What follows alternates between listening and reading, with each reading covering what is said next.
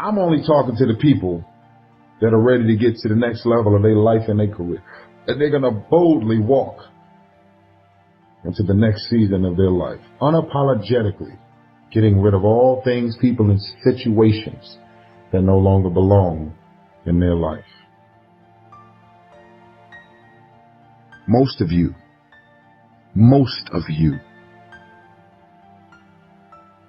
you're so consumed with everything that's going on in the world. This is the reasons you haven't figured out your own life yet. Every blog, every website, every tweet, every Instagram post, you are so consumed with everything that's going on in the world, you're ignoring your own world. You can never shine trying to sit on someone else's sun. You can never figure out who you are if you're consumed in everything that everybody else is and what they're doing and the moves that they're making. Because you're trying to chase someone else's life. You're trying to chase someone else's lifestyle and identity, all while ignoring your own life and your own path. What is the vision for your life? What are the ideas and the dreams for your life? What are you supposed to be doing? Who are you? What are your gifts and talents? What is your ultimate destiny and your goals? And you should understand this, that it was always going to be your family and your friends that would be the first ones to try and talk you out of your vision and your big idea. That's why you're supposed to live your life. Focus on your intentions and do your thing. If you allow your self-worth to be based on what other people think of you, is the beginning of the end. I believe in me. If you stop believing in me, I'm not going to believe in myself any less.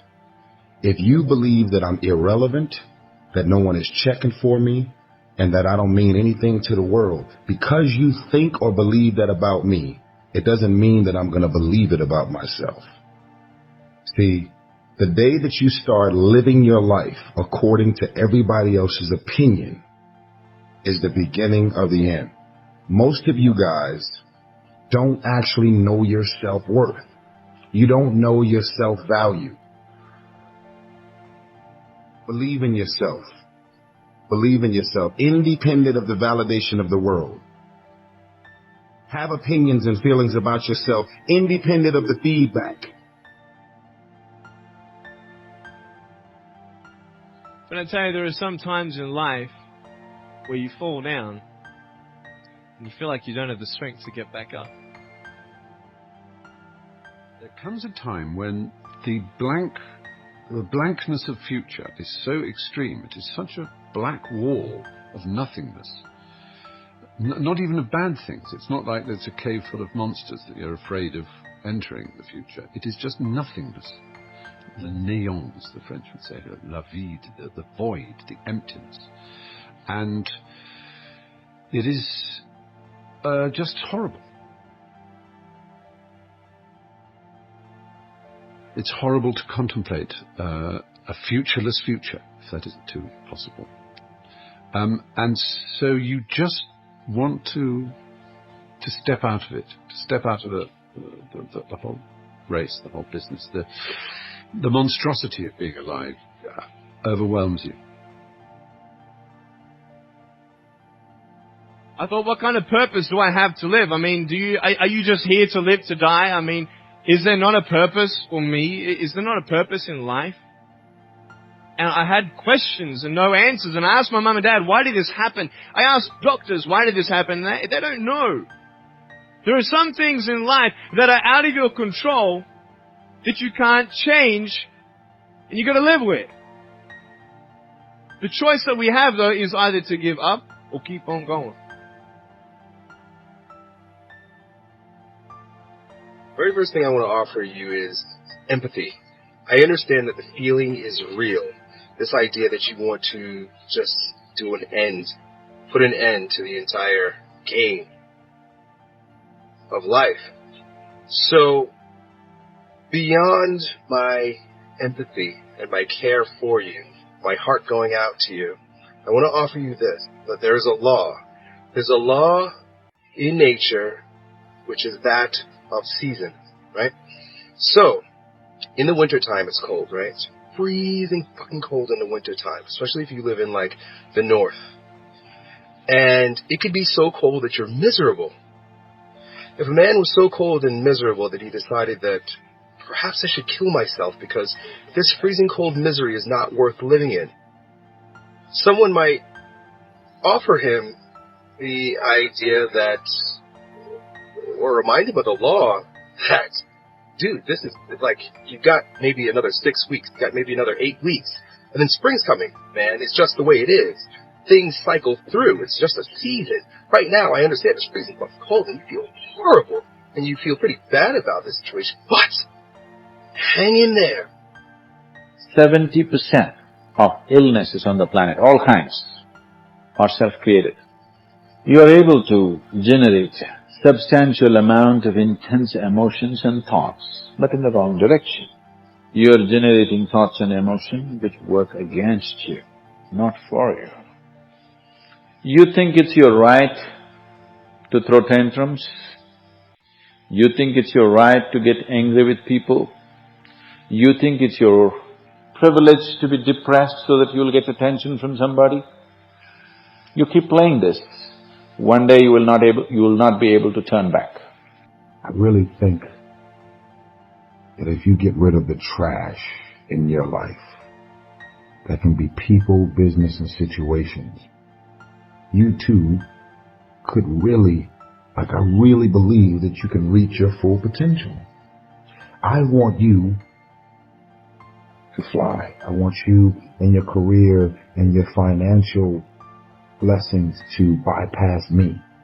You just have to set the necessary conditions for health, necessary incentives for health, both for yourself and your children if you have them.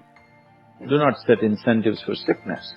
The thing that keeps one living is a sense of future, that there will be a tomorrow, and tomorrow I've got to do this, and then the day after I've got to do that. Not that any of these things have particular logical purpose or a convincing reason to exist, but they somehow keep one going. What is it that gives your life a sense of meaning and purpose? Because once you find that, it puts you in your power place. See, if you know what your life work is, I encourage you to start working on it. If you can't do it all at one time, do just a little bit of it. And if you don't know what it is that you showed up to do, if you don't know why you're here, I encourage you to find out what your purpose is here. What is the meaning of your life? What will be different? Have you ever asked yourself that question? I've done that. I remember coming from a friend of mine's funeral and I was reflecting on how much time I had left. And I went for a walk in a park thinking about this guy whose life was so promising. And I mean, he wasn't an old guy. He was quite young, in fact. And I thought about all of the things that he said he was going to do, and he never got a chance to do those things. And I started thinking about my own life and how much time I had left to do the things that I would like to do. And at that time, I wasn't sure what my life purpose was, what my life's work was. I wasn't sure about it at that time. And I thought about it quite a lot. I had some idea, but I wasn't convinced, and I don't think I felt worthy. I didn't believe that it could be me to do this kind of work that I'm doing right now. And I say to you that if you begin to take a conscious effort to find out what it is that you're supposed to do, I say that it can literally save your life. In what you've done with your life thus far, is it giving you what you want? Is it giving you what you want? When you look toward the future, when you look at all that's going on out here, is there some place within yourself you say, hey, I know I need to be out there in that arena. I know I can do more than what I've been doing. I know there's some great music that I have within me that I haven't brought out here yet. Is that something that you begin to look at within yourself? See, I say if you look at your life, and if you're not getting what you want, you owe it to yourself to do something differently. If you're on a job, 85%, they say, of Americans go to jobs that you're unhappy. If you're doing something 8 hours a day that you don't like, it's not giving you what you want, it's not giving you a strong feeling of satisfaction and fulfillment, you're miserable, you hate to go there, you're depressed just thinking about it, you sing the Thank God It's Friday song every week. If that's what it is, you owe it to yourself to start strategically working to change directions. See, but you know what most people will do? Most people will resist change. Most people will fight change as if change would be worse than what they're experiencing. See, they know this. They're familiar with this. Most people will not challenge the unknown. They won't just step out there. See, there are certain things that got to be in place. They got to see it all together. And life isn't like that. That's not how you grow. So as you look at your life, you're saying, I'm not getting what I want. As you begin to look toward the future, begin to know that whatever it takes for you to create that, you've got that in you. You've got that. You've got genius in you. You've got goodness in you. You've got creativeness in you. If you decide to take the initiative to change the current quality of your life, I say to you that you will find that the universe is on your side. That life is on your side. Now, will it be turbulent? Yes. Will it be easy? No. Will you have some opposition? Yes. Will I make a lot of mistakes? Yes. Will I get hurt? Yes. Yes. See, a lot of people won't try anything different in life because they don't want to get hurt. Let me tell you something. It's too much pain to duck. Pain is everywhere. You can hide under here. It will come where you are. It's everywhere. Viktor Frankl calls it unavoidable suffering. You can't duck it. But most people spend their life not wanting to deal with the pain of rejection, the pain of defeat, the pain of being disappointed, the pain of losing, the pain of failure, the pain of being criticized, the pain of not being liked, the pain. That's called life. Life is full of pain. It's everywhere. But guess what? There's no gain without pain. Because it's the pain of regret that you experience. If I had it to do over again, that's a pain. Don't you know that's something? When you know, I was in a seminar once and this lady stood up. If I had my life to live over again, she talked about all of the things that she would do. And you can feel the pain of regret in her voice. The pain of regret. She still experienced pain. She was trying not to experience the pain of defeat, the pain of disappointment, the pain of loss, the pain of lack of support. And she still experienced pain. It was right there. We can't get around it. Most people are governed by their habits, their fears, and the opinions of others. A lot of people never try anything differently because they have been convinced by people in their lives that they value that they can't do it. They're living within the context of the opinions that other people have of them, the low expectations.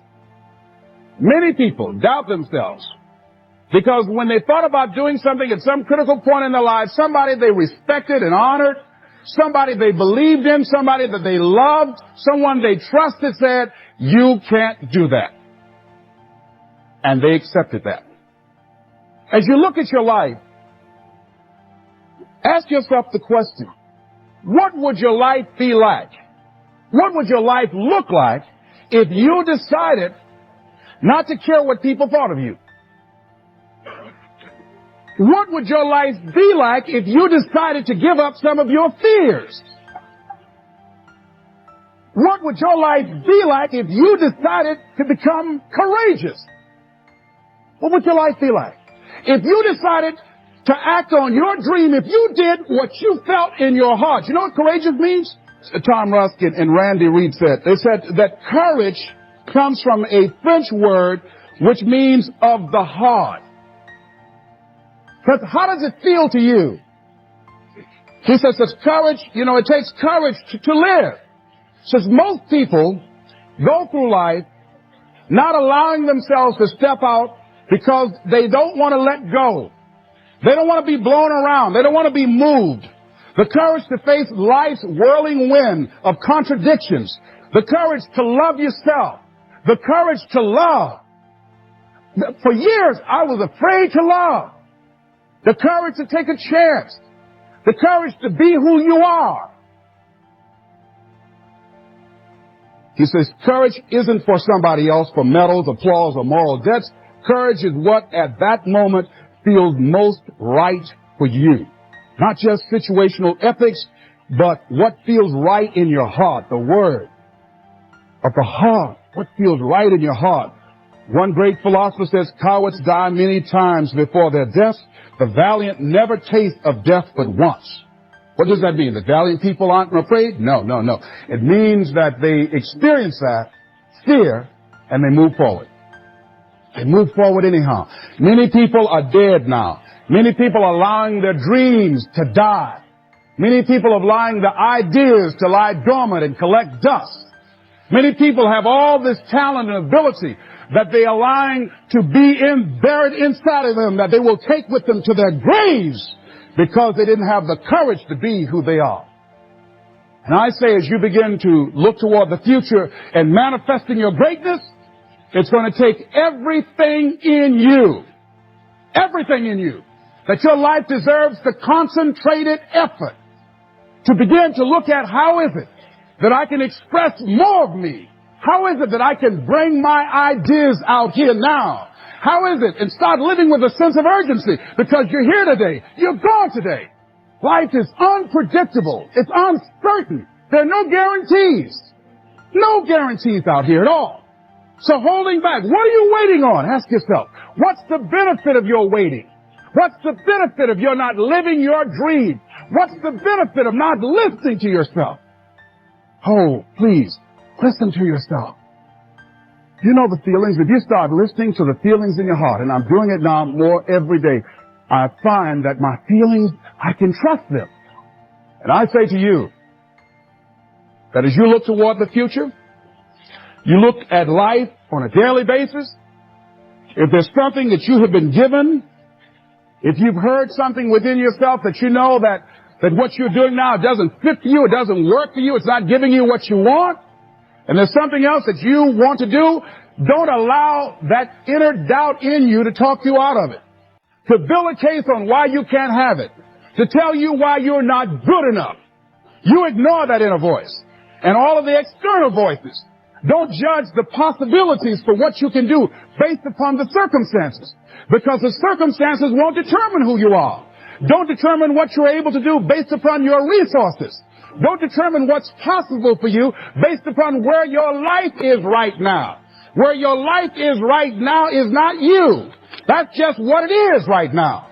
But the possibilities for you are unlimited. If you're in a rebuilding process, it's unlimited. If you're coming back from adversity and devastation, it's unlimited of what you can do. That's the capacity of human beings. It doesn't matter how many mistakes you've made. It doesn't matter how many flops you've had. It doesn't matter how much money you've lost. In fact, I see it only as an investment of what you learn from life. Not losses, but investments of what's possible for you. And I say to you that once you start listening to yourself, and as you begin to act on your dream, as you start just trying to find your way, doing what you can with what you have, you will start seeing things opening up for you. You'll start attracting people. You say, where'd they come from? Things will start coming together, clicking for you. You say, whoa, you start brainstorming. Ideas will come out of nowhere as you focus on it. The key to it is to begin to focus on what it is you want to do. Why, Les? Why is that important? Because as you focus on that which you want to do, that which we focus on, that which we give our energy to, it will begin to multiply. It will begin to expand. It will begin to develop your consciousness. And out of that comes your greatness. Out of that comes a commitment. Out of that comes a passion for life. Out of that comes a special power that you have in you that you haven't even called on yet. See, the powers that we have will never reveal themselves if we don't challenge them, if we don't put ourselves in a position where we have to use them.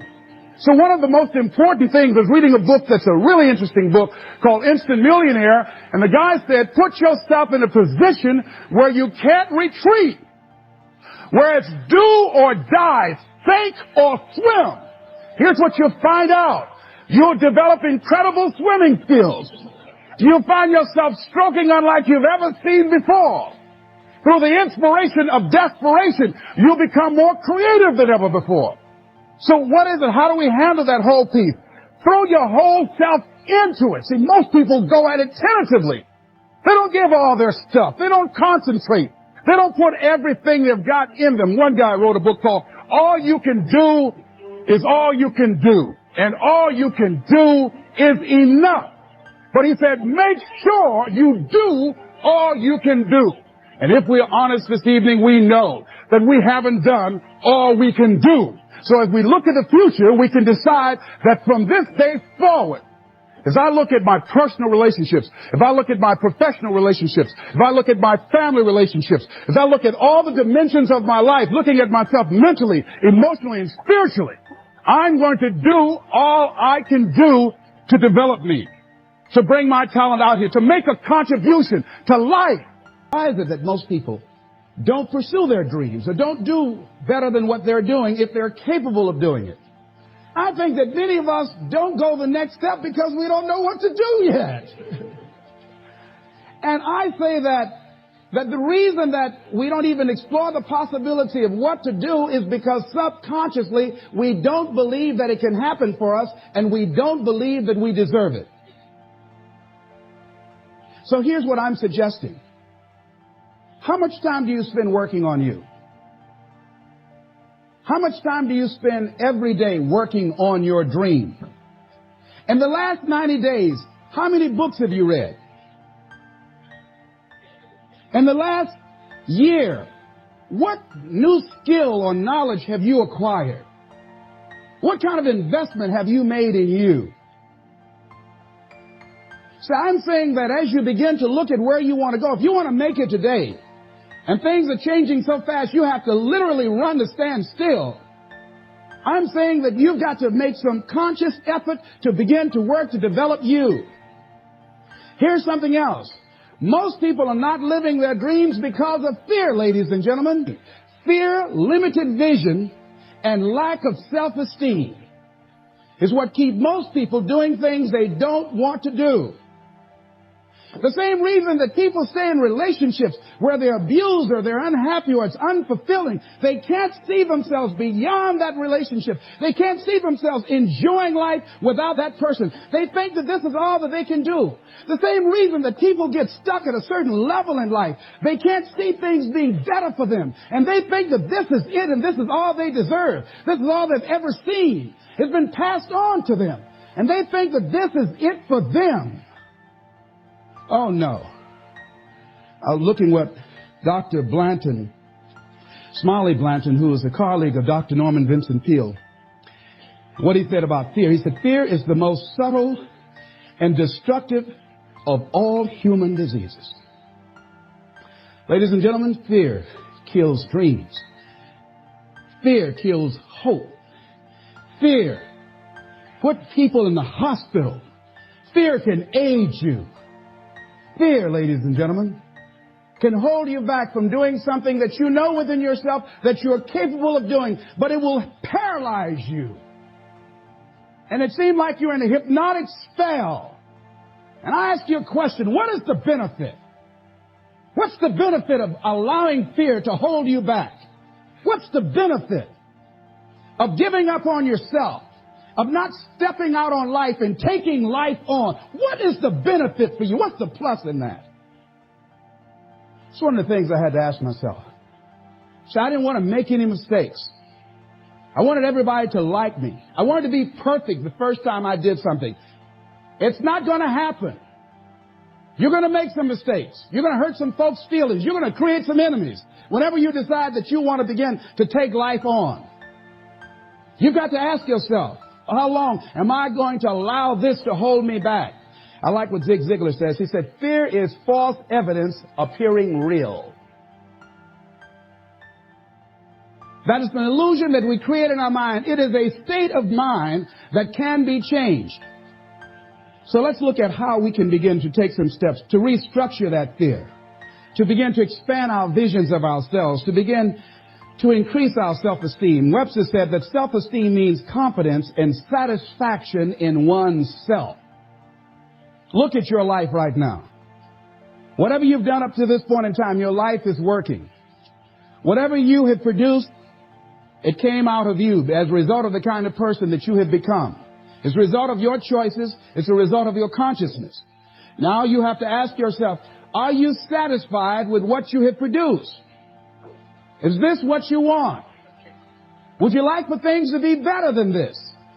Do you believe that you deserve better than this? Or are you content? This is it. You don't have to do anything else. That you've already resigned yourself in life and say, well, I'm happy. I'm not starving like the people in Calcutta. Are you allowing yourself to get off the hook like that? Or do you believe somewhere in the back of your mind or in your heart that there's some other great work for you to do? There's something else that life has for you. And that's why you're here. How do we handle this fear factor? How do we increase our self-esteem? You have to begin to fortify yourself. How do we do that? I believe that you have to begin to consciously monitor your inner conversation and start talking to yourself. Start building yourself up. Sometimes the only good things you will hear about you are the things that you say to you.